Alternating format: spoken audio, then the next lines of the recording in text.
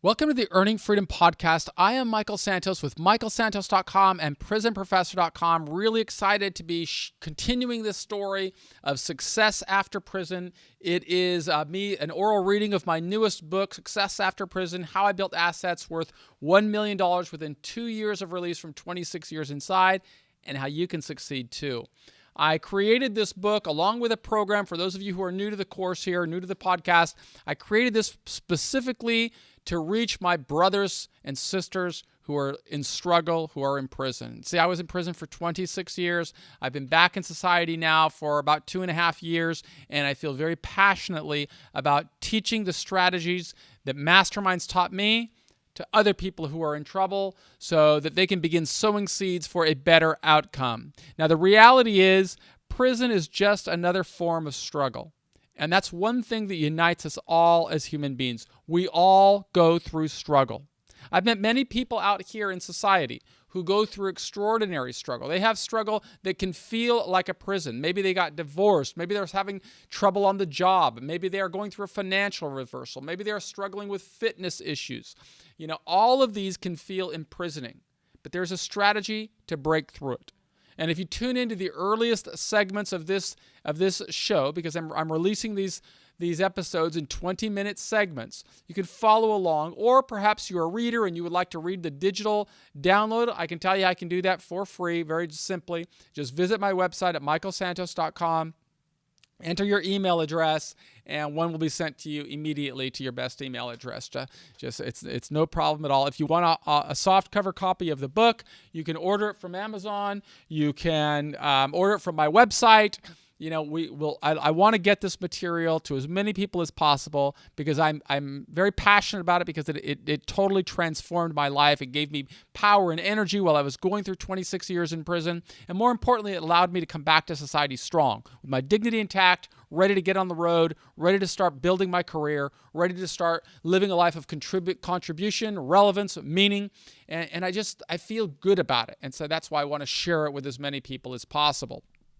Now, anything else I've got to do follow up before I start reading? If you are outside and you do have access to the internet, please support the show by simply writing a review of the show. If you're listening to a podcast on iTunes, subscribe to the podcast, rate and review the show. If you're going through it on YouTube, subscribe to the channel. Like us on Facebook, follow us on Twitter, LinkedIn. I use all of these channels because I really believe in building powerful networks. I know that those networks made all the difference in my life. And one of my mottos is I never ask anybody to do what I'm not doing. So you can actually sit here and listen to me asking for help, asking for people to become a part of the podcast, be a part of the movement. I mean, one of my masterminds was Gandhi, who said, be the change that you want to see in the world. And that's really what I'm all about, trying to be the change that I want to see in the world. So let me continue with episode 9. I left the last episode talking about just getting into the halfway house in this really good meeting that I had with Charles, my case manager. But the roots for that successful meeting extended way back to the mid-1980s when I was still locked inside of that Pierce County jail. So give a recap. Again, while I was in my cell, I read about Socrates. And from the story of Socrates, I learned the importance of living for something greater and bigger than myself. Instead of dwelling on the challenges that had come from my own bad decisions, I could empower myself. How? By thinking about others. So through Socratic questioning, I could learn the relationship between my decisions and the ways that others would perceive me. So with that insight, very early on in my journey, when I hadn't even been sentenced yet, I began contemplating people like Charles, case managers and probation officers, before my judge even imposed my 45-year sentence. They were my avatars, and by thinking about what they would expect, I could create plans to influence their perceptions when I eventually came into contact with them. And then, by executing those plans every day of my sentence, I believed that I could influence a better outcome upon release. Now, still, I felt fortunate to have a case manager who treated me well. And some readers may be familiar, with this motto of sowing seeds and building something better later down the road. But you have to first sow the seeds.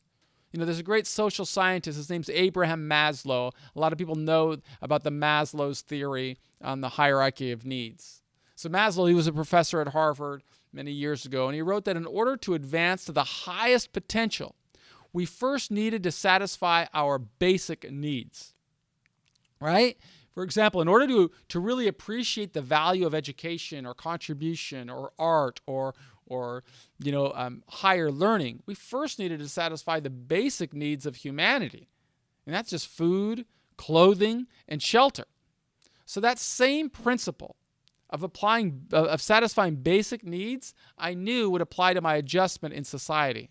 In order to make a full adjustment after a quarter century of confinement, I would need to start with something. And what do you need out here? Well, I can tell you. Let me see if I've got it right here. You need one of these, right? You need a driver's license. Because without a driver's license, I had no identification. I mean, I had that little red card, with my prison number on it and my photograph that said inmate, but that wasn't going to really open many opportunities for me out here. So I needed to get a license, and Charles agreed. Well, before the meeting concluded, on my first meeting, when he authorized me to walk to the Department of Motor Vehicles, it was just a few miles away. Now, I needed to obtain a driver's license because I couldn't do anything without it. A driver's license was essential for the development of my career. That was my basic need. And some people may think that once you know how to drive, you never forget. Well, in my case, that wasn't true. I didn't know that I forgot how to drive. I don't know when I forgot how to drive. I didn't even know I forgot how to drive. It may have happened after I served 10 years of imprisonment, maybe after 20 years. I don't know. I can only say that when Carol and I went out to practice for my driving test, it became clear really quickly that I didn't have any confidence behind the wheel. So I studied hard to pass the written exam, and that was fine. Fortunately, Charles granted me permission to drive around the city with Carol so that I could practice driving. But somehow it seemed that the length of time that I'd served in prison influenced my ability to see. When we're locked up for a long period of time, we don't generally move any faster than our legs can carry us. So when we're in that cycle, we can't see stop signs so easily. We don't see signals. And especially we don't see when cars are coming toward us because it's a different, you're not used to it. And I can tell you it was very difficult for me to process the speed of those cars coming toward me when I began driving. Unfortunately, I passed the exam and I received my license. And with a license, I felt as if I'd crossed off one of the first challenges of my return to society. So that was really important. Then on my first weekend at that halfway house, Charles also granted a pass because I told you I had a job waiting for me. And since I had a job waiting for me, I would need clothes. So he issued me a pass that would allow me to go shopping for the clothing that I would need to wear. Since I didn't have much time, I just went to fortunately, there was a Westfield Mall right within walking distance of the halfway house. And, I was fortunate. My younger sister, Christina, who lives in South Florida, happened to be in San Francisco that weekend. And so she met me inside of the mall, and my wife was there. And it was kind of like a mini family reunion there. It was pretty awesome. Got to have lunch there. And, I ate like a horse because I was so grateful to have access to this, incredible food after eating prison food for so long. And it's kind of funny, most people or a lot of people don't particularly like mall food, but for me it was an incredible delicacy. And I know for those of you who are listening that when you get your opportunity to come back to society, you're going to love food as well. Several years prior to my release from prison, I'm going to go back now to talking about my first job. For several years prior to my release from prison, I met Lee, who's just an extraordinary, amazing human being. He's become one of my closest friends and mentors. And, Lee, he built several really remarkable businesses. He employs hundreds of people, and his businesses generate hundreds of millions of dollars in revenue every year. While I was incarcerated, I explained my situation to Lee. And I told him that when I returned to society, I would need some specific conditions. I need to satisfy some specific conditions. One of them was employment. In other words, before I could build my own business, I would need to show that I had a steady paycheck. And I asked him if there were any opportunities for me to work in one of his companies so that I could earn a paycheck. And he was so awesome. He offered me a desk and a paycheck, right? I mean, I didn't have any real responsibilities working for him. He just, when I served my final year in the halfway house, he just said, look, I'll pay you $10 an hour and just to satisfy the halfway house. But instead of doing any work for him, he just tasked me with the responsibility of building my own venture. And he said, I'm going to give you a year to do that. The whole time you're in the halfway house, I'll give you a year to build your business. If after a year you can't make something happen, then come work with me and we'll build a business together. Well, there's a lot to be said about that, okay? Because I can tell you that I met a lot of guys in the halfway house that really were challenged in finding a job. And part of the reason that they were so challenged to find a job is because they didn't start thinking about a job until they got out of prison. And it's tough to go and ask for a job when you're in that situation because you didn't sow the seeds in advance to build that trust, to build that relationship, to build a record. And if you haven't done that, the only thing that employers have to gauge you upon is what the government has said about you. And frankly, if you're in prison, the last things that the government said about you are not very good. That's what's out here. I know that you may have accumulated a lot of certificates in there, and that's awesome, but you really need to do a lot more than that. You really need to be thinking about these people you're going to sit across the table from. And if you do that right now, and you give yourself a time horizon, you will be able to really change the outcome for yourself. In a previous episode, I told you about the story of me working with Jim. I think I used his name, Jim. Guy had served a lot of time in prison, and I helped him connect with contractors so that he had a job waiting for him when he walked out of prison after serving more than a quarter century. The reason I say that, I want to remind you of that story, is because building a support system, building a network is like, it's like fishing. When I was in Atwater giving a presentation a couple of weeks ago, I used this metaphor, I kind of acted it out. I said, it's like fishing. There's a lot of ways to go catch a fish, right? You could go to the ocean, you could hold out your arms like this and say to the ocean, fish, I command you, jump into my arms. Now, that might be a form of fishing, but it's probably not a very successful form. There aren't going to be I'm not saying it's impossible. You may get a flying fish to jump out. I'm not saying that, but it's unlikely. So what could you do to advance the prospect of catching a fish? Well, one way is you could, get a fishing rod, throw a line out there, and, throw that line into the water and hope that line gets tangled up around a fish somehow. Again, not very likely. Maybe you put a hook on it, put some bait. Better chance, certainly better than holding your hand out. You got the bait, fish bites the bait, you reel him into the boat, you got a fish. Or maybe you throw 100 lines out there with bait on it, and you got 100 times better chance. And you see, that's what I'm asking you. Go fishing. Go fishing for mentors. Go fishing for avatars. Go fishing for employers who will have a vested interest in your success. And don't only just fish, give them the bait to bite. Build a record. I told you earlier about reading books in a deliberate manner. Write book reports. Why? Because if you have this record, that you could show, these are all the books that I read. This is what I learned from those books. This is why I can add value to your organization. Guess what? You're no longer a prisoner. People are going to look at you and say, this guy can add value to my organization. He can inspire my workforce. He can keep my customers happy. There's a lot of things that he can do here.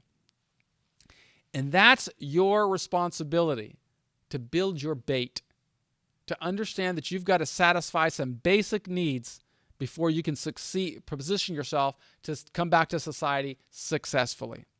At least that's what I have learned. Now, I'm going to continue a little bit with the reading of this chapter here because I think it pertains to what we're talking about. It says, some people would say that I am lucky to have had a friend like Lee. And without a doubt, there is truth in that. As many wise men who lived before me have said, the harder I work, the luckier I get. You see, Lee embodied all of the good characteristics and traits that I aspired to develop while I was in prison.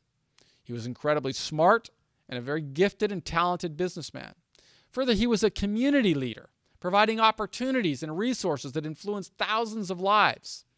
And when I contemplated avatars or thought about the types of people I wanted to surround myself with upon my release, Lee was exactly the type of person I had in mind. In fact, before I made any decisions, I'd always consult my bobblehead of Lee, and I'd say, what would Lee do? You see, I knew that connecting with guys like Lee would open an enormous playing field of new relationships. But because I had a vision of connecting with people like Lee from the beginning, I could figure out what Lee and leaders like him would expect of me. Now, obviously, Lee didn't know me when I began serving my prison term. In the 1980s, I was just a reckless young man who sold cocaine, and a judge sentenced me to serve decades in prison. But if I didn't do something to change perceptions, people would always see me as a criminal. And by focusing on avatars and contemplating what they would expect of me, I could create new pathways. Masterminds convinced me that if I worked to educate myself, contribute to society, and build a support network, I could persuade influential and successful people to believe in me. And guess what? You can do the same thing. That mastermind strategy characterized the life of every successful person I've ever met. I first met Lee at the federal prison camp in Lompoc. He was in prison. He served about a year in the camp for an offense related to taxes. And when I met Lee, I didn't know the extraordinary levels of his success. We were both just prisoners. Yet during the time we served together, he had an opportunity to observe me. And through his observations of my work ethic and the products that I produced and the way that I communicated, that led to a relationship. And we built a friendship that would last a lifetime. And I'll always work hard to prove worthy of the trust that a guy like Lee believes in me. But here's the takeaway. In reality, anyone who served time in Lompoc at that time, and there were more than 350 people, there were about 350 people in that camp, they all had an opportunity to earn support from Lee. In fact, opportunities that opened for me throughout my journey, they were available to anyone who served time in the same prisons where I was held. And when I started serving my sentence, I didn't have any financial resources, nor did I have any education. I had the advantage of hope. Hope for a better future led me to seek wisdom. And I found the recipe for that wisdom from masterminds, first with Socrates, then Mandela, then Malcolm X, then Martin Luther King, then, just so many, Gandhi, so many. And they all taught me the art of question-based learning. And question-based learning is, through question-based learning, I could figure out what would my avatars expect of me, and then create a strategy that would lead to success. And that's something that each of you can do as well. So I want to conclude this episode here as I come to the 20-minute mark. I want to conclude this episode with this really important lesson. Wherever you are, there are people watching you, and you have an opportunity to influence them. If you walk around and your behavior reflects that you're no different from the person that the prosecutors accused you of being, if you walk around angry or unfriendly or negative, that's not going to get you the type of energy that you need. You need to start planting the seed right now for a positive outcome. And regardless of what bad decisions you've made in the past, regardless of what challenges you face, it's never too late. It's never too late. Just start sowing your seeds right now, and you'll have a much better outcome. If you want the digital version of this book, just send an email to Michael. Actually, you got to opt into my email list because it's automated. This is an automated thing. Go to michaelsantos.com or prisonprofessor.com and just opt in, and we will send you a automatic digital download of this book. If you want to order it, no problem. You can do so through the website or through Amazon, and we could send it to anybody. If you have a loved one in prison who needs to find the path to adjust correctly and prepare for success, we can get it to them. Really love to work with you. You can connect with me through all of my social media, and I'm everywhere. So do wish that you rate and review or subscribe to my various channels, whether it's YouTube or iTunes or Facebook or Twitter or LinkedIn or whichever one it is. Please connect with me. I'm striving to add value. Striving, as my mastermind taught me, to be the change that I want to see in the world, and I hope that you will as well. These messages aren't only for prisoners; they're for humanity, for all human beings who face challenge, and we all face challenge. Thanks so much. I am Michael Santos with michaelsantos.com. Be back tomorrow with another inspiring episode, I hope. Thanks.